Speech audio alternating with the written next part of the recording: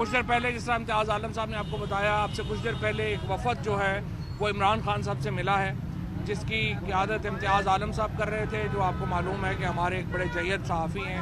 اس میں human rights commission of Pakistan کے سربراہ، لیکن اپنی ذاتی حیثیت میں حسین نقی صاحب اس میں جو ہیں وہ شامل تھے، اس میں سہیل وڑائچ صاحب شامل تھے، اس میں مجیب الرحمان شامی صاحب شامل تھے، لیاقت بلوچ صاحب جو ہیں وہ اس میں شامل نہیں تھے لیکن وہ اس کا حصہ تھے۔ اس کے علاوہ اور بہت سارے لوگ جو ہیں وہ اس انیشیٹو کا حصہ ہیں۔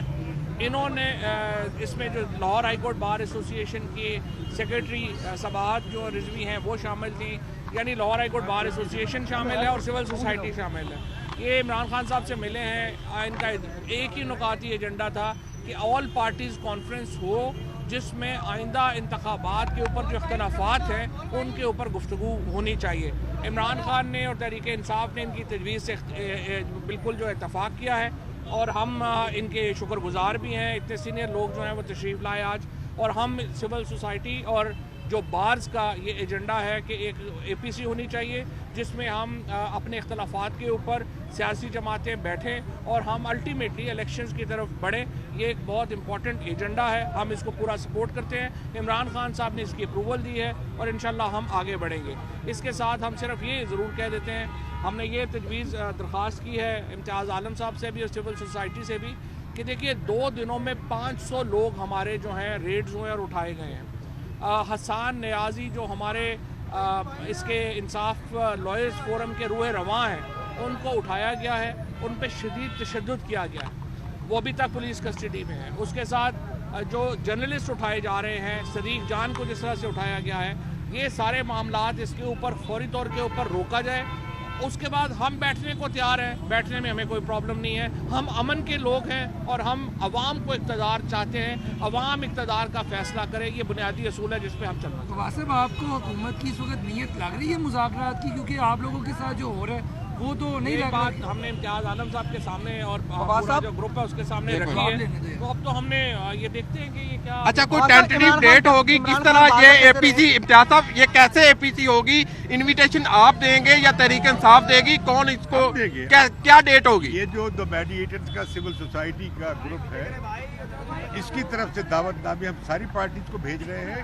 یہ مذاکرات اسی سلسلے کا حصہ ہے۔ آج خان صاحب سے ملاقات ہوئی ہے، کل آئندہ دنوں میں ہم وزیر اعظم سے بھی ملیں گے، بلاول بھٹو سے ملیں گے، مولانا فضل الرحمان اور باقی تمام پارٹی سے۔ کیا آپ کنسنسی چاہتے ہیں، جنرل الیکشن کا کنسنسی چاہتے ہیں، یا پنجاب میں جو ڈیٹ دی کے پی کے کی اس کا چاہتے ہیں؟ ہم یہ سارا کچھ پارٹیز پہ چھوڑیں گے کہ یہ پارٹی جس فریم ورک پہ اتفاق کریں گی، ہمارا کوئی اپنا پرپوزل نہیں ہے۔ سیاسی جماعتوں کے علاوہ کسی اور کو بھی اس میں دعوت دی جائے گی، کسی ادارے کے؟ آپ بتائیں کہ میں یو این والوں کو بلا لوں۔ یہ سویلین انیشیٹو ہے فار پولیٹیشین، یہ سویلین کی اور سول سوسائٹی کا انیشیٹو ہے۔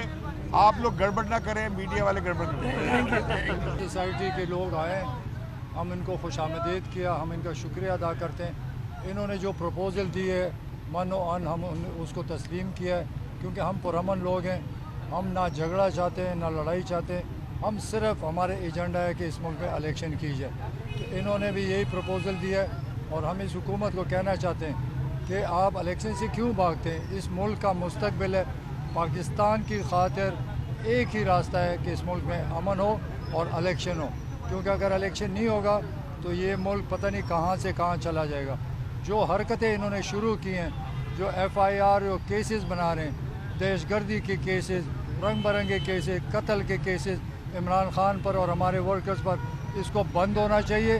اور ہم تو یہاں آرام سے بیٹھے ہوئے ہیں، ہم نے کبھی حملہ نہیں کیا، یہ تو ہم پر حملہ آور ہوتے ہیں، زمان پارک پہ حملہ ہوتے ہیں، پولیس آتا ہے، ڈنڈے برساتے ہیں، ہمارے ورکر کو زخمی کیا، گرفتار کیے ہیں۔ تو یہ کیا چاہتے ہیں؟ اس ملک کی افراتفری چاہتے ہیں؟ کیا یہ ملک کو آگے جانا ہے یا ملک میں اسی طرح چلنا ہے؟ تو میں ان کو کہتا ہوں کہ عقل کے ناخن لیں، اس ملک کی خاطر آپ نے آگے بڑھنا ہے، اور یہ عوام جو ہیں وہ بغیر الیکشن پہ کسی بات کے تیار نہیں ہیں۔ تو ہم بات بھی کرنا چاہتے ہیں لیکن ایجنڈا الیکشن کا ہوگا۔